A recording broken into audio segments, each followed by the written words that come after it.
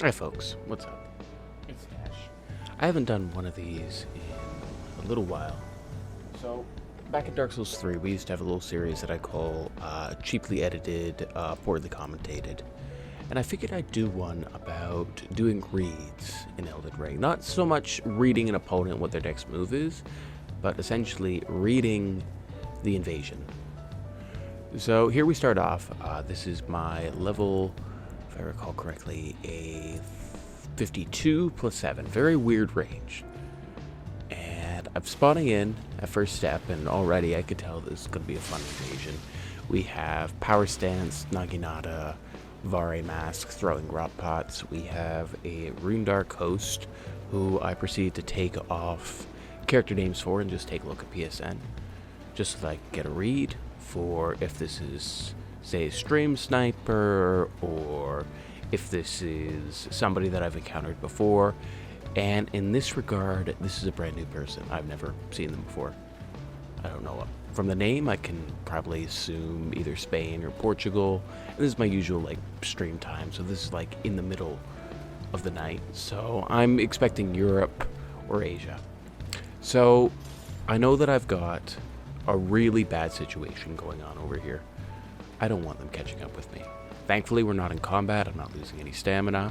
So frantically, I'm thinking, where do I bring them? Where can I slow them down? And I figured that if they're hot and juicy on my tush, there's only one spot I can bring them, and that's to the group of rune bears in the Mistwoods. There's a little drop down near where Salad is that you can bait a party.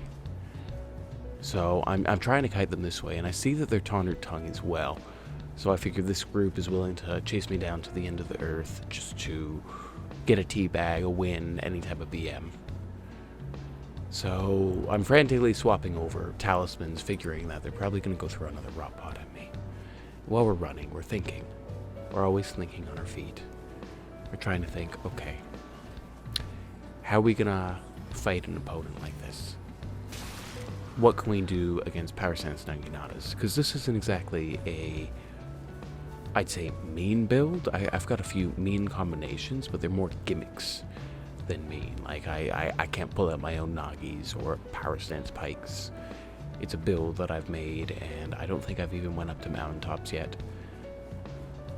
But I've got my status defense, so I'm happy with what we have. So we head down. He tries to do a jumping R1, misses. And I'm still heading down, and I see that he throws out a comet. So I'm like, okay, this guy's over-leveled. Understandable. So probably fighting a 150 or higher Phantom, probably closer to 300 range. But I finally got him down. I don't see the host, but I see that the compass marker is not appearing, so I know host is nearby. So I'm still trying to put distance, and I'm hoping that maybe a co-invader can come over. So I'm almost over to the bears, and I know this is a good time where I can get some quick damage out.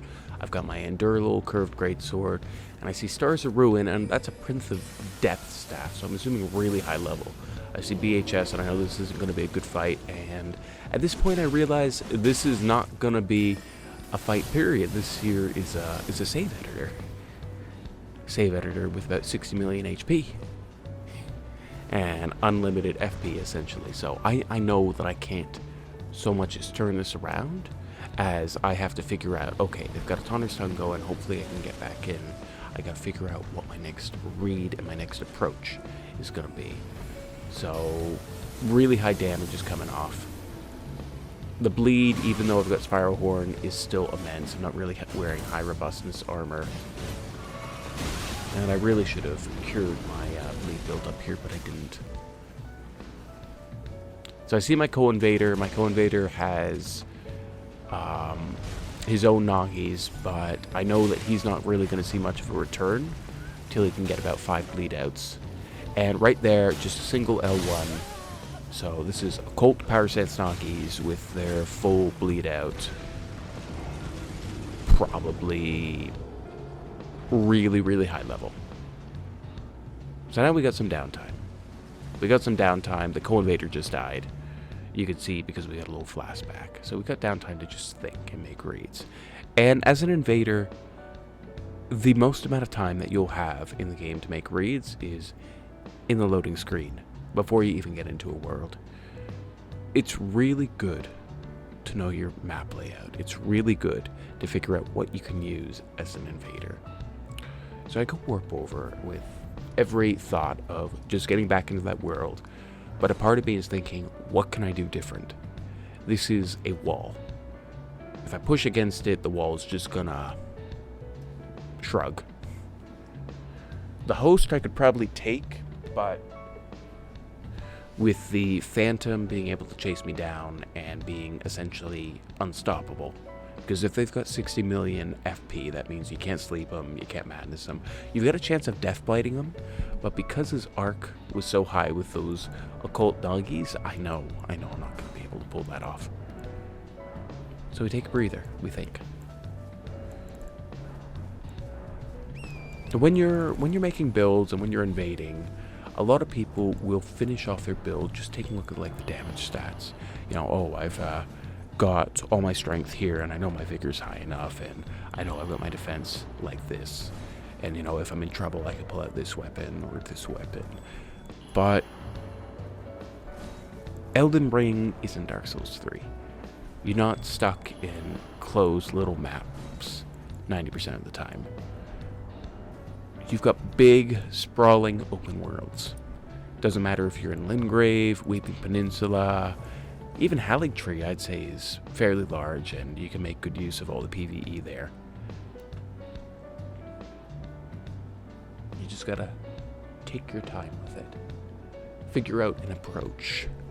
Figure out a gimmick to get damage off, or to end in an evasion. A lot of people, I got a friend of mine, Zealous Soul.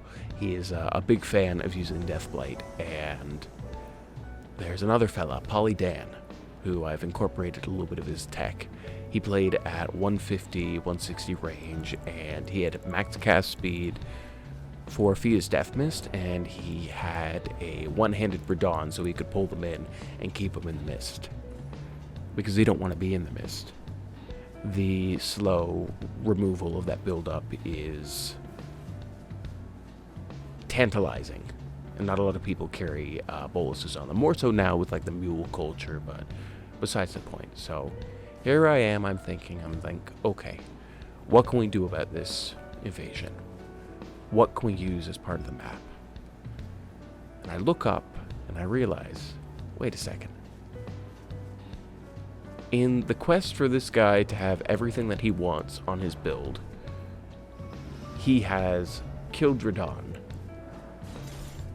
I've got a massive pit in the Mistwood I could use.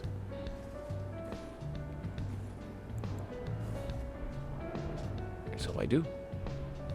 I poison myself so that I've got an easy target, because I know this Phantom will chase me down to the end of the earth.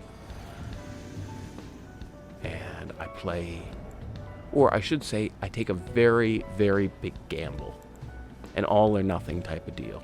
Because if I can't pull this off, this guy's light rolling, he's got Bloodhound Step, he can beat me 9 times out of 10.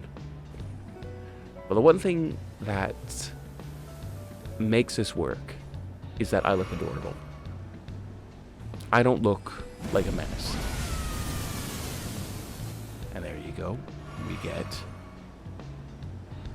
about, I would say that was max level. So not only is this fella ganking with, say, Godric Great Rune and is he twinked out, but he's got a friend that's max level that's also save editing. Essentially stacking every advantage he can against low-level invaders. So, that little pause that you just saw, that was me essentially going into my menus and blocking that Phantom.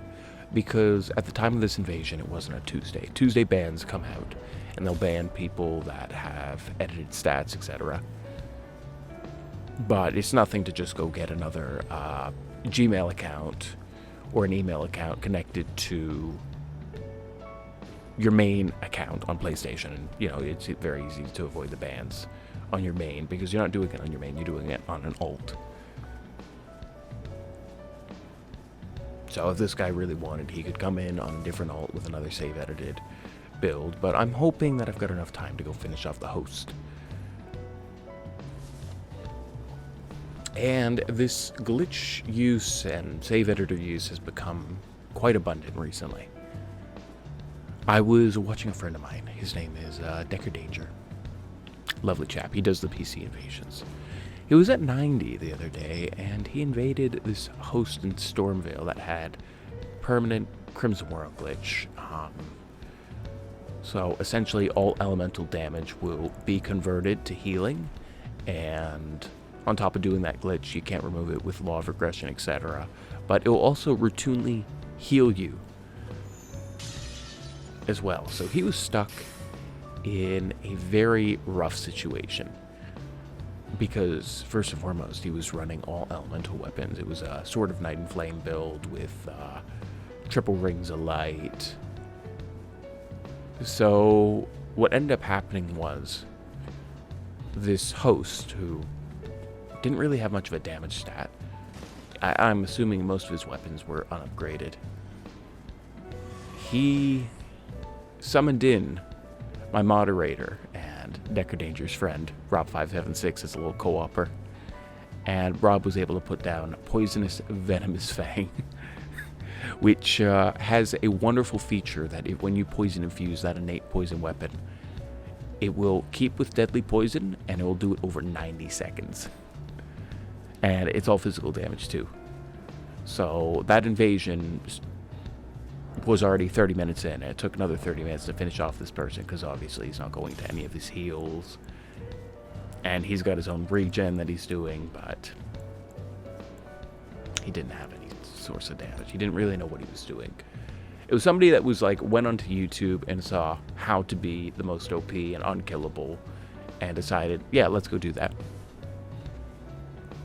Very similar with this fella over here.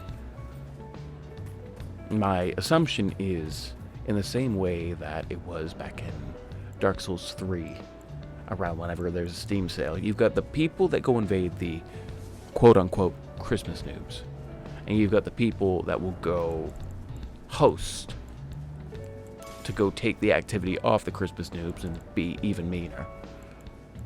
It doesn't really help out anybody in the whole process, because it just ends up, like, if somebody wants to go grief specifically and they see somebody else trying to grief them, what they'll do is they'll sever out and they'll block them.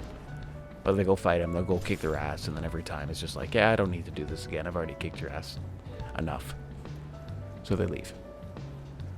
So we see that this fella, this host, who we've been chasing down all the way over to the site of Grace, is now willing to go make a stand because he's got the presumption that his buddy's coming back.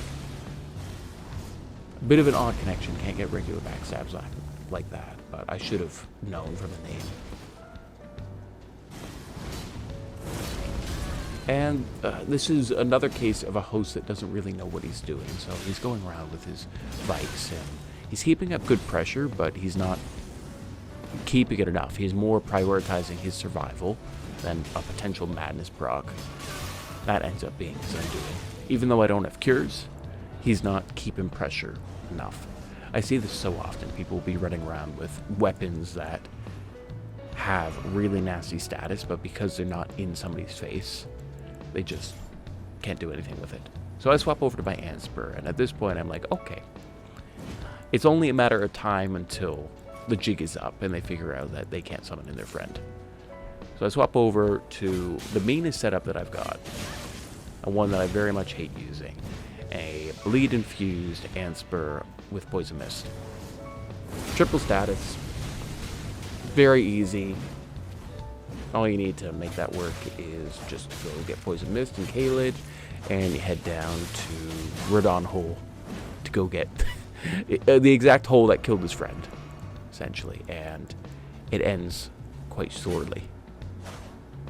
And I started laughing. I started laughing because after all that work, that's how it ends. So this is just your daily reminder that with your builds, be smart about it. Have different ways at how you want to approach and how you want to read situations. And be vigilant, because each invasion can be a learning experience. Take care, y'all.